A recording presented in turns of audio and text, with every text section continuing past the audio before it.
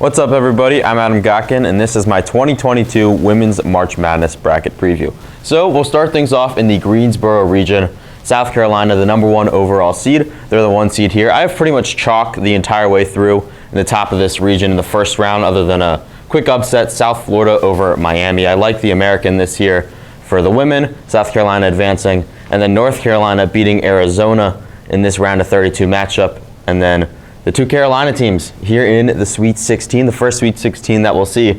I have South Carolina winning a battle of the Carolinas, but this South Carolina team this year is just so good. They've proven it all year long, and you'll see I have them going very far. Down in the bottom of the bracket, pretty much chalk it here too, except Creighton beating Colorado in the first round. Other than that, I have Georgia, Iowa State, and Iowa, and then setting up again for another in-state rivalry in this Sweet 16. So at the top, remember, we had South Carolina, North Carolina. On the bottom here, we have Iowa State, Iowa. I have Iowa winning that. They are a really good team. They dominated the Big Ten all year long.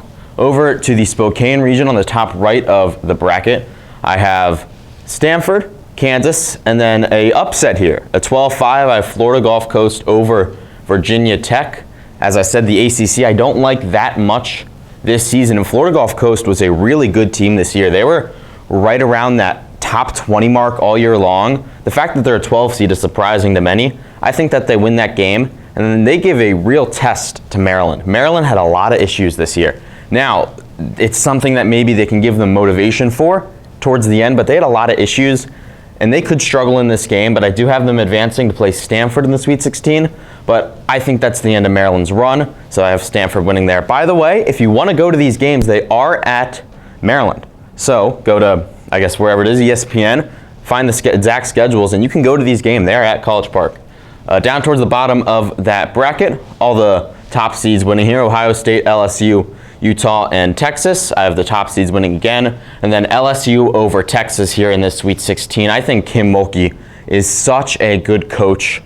I can't pick against her in March. She is such a good coach. I have her beating Texas here. So that sets up our Elite 8 matchups in the top of the bracket. I have South Carolina beating Iowa, so the #1 overall seed heading to the Final Four. And then a big upset here, Kim Mulkey and LSU beating Stanford. The Tigers going to head to the Final Four. So we'll head down to the bottom of the bracket in the Wichita region. Louisville, Gonzaga, Oregon, and then an upset here, a 13 over a 4. I have Buffalo beating Tennessee. Tennessee just hasn't been the same since Pat Summitt left. They're just, I don't see it from them this year. Buffalo is a really solid team. I have them actually beating Oregon then after 2. Felicia Legette-Jack, such a good coach. She's going to move up to the Power 5 level next year, probably as the coach of Syracuse, as you see I have the shirt on here today. But she is such a good coach. I have her taking Buffalo out of the MAC to the Sweet 16, but there they'll lose to the 1 seed. Louisville, in the bottom of the bracket, I have BYU, Michigan, South Dakota, and Baylor. South Dakota over Ole Miss. South Dakota is a really good team all year long. I have them winning that and then losing to Baylor. Sets up a 2-3 matchup against Michigan, and Baylor winning that one. So a 1-2 there. The Wichita region over on the right of the bracket.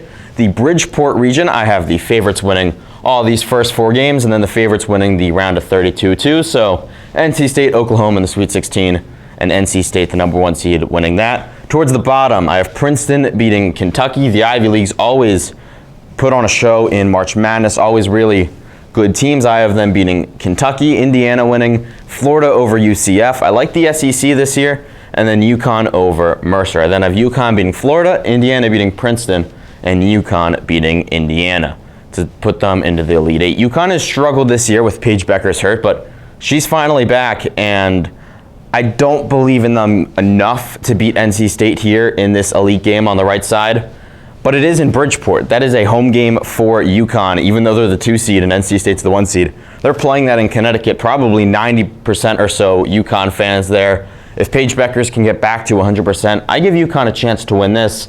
Then I have Louisville over Baylor to set up a Final Four of South Carolina, Louisville, NC State, and LSU. 3 1 seeds and a 3. I have South Carolina beating Louisville, and then LSU beating NC State. An all SEC matchup, and I have South Carolina, the #1 team in the country, staying at that top and winning the national championship in Minneapolis on April 3rd. 71-63 my final score for that. So there's my full bracket.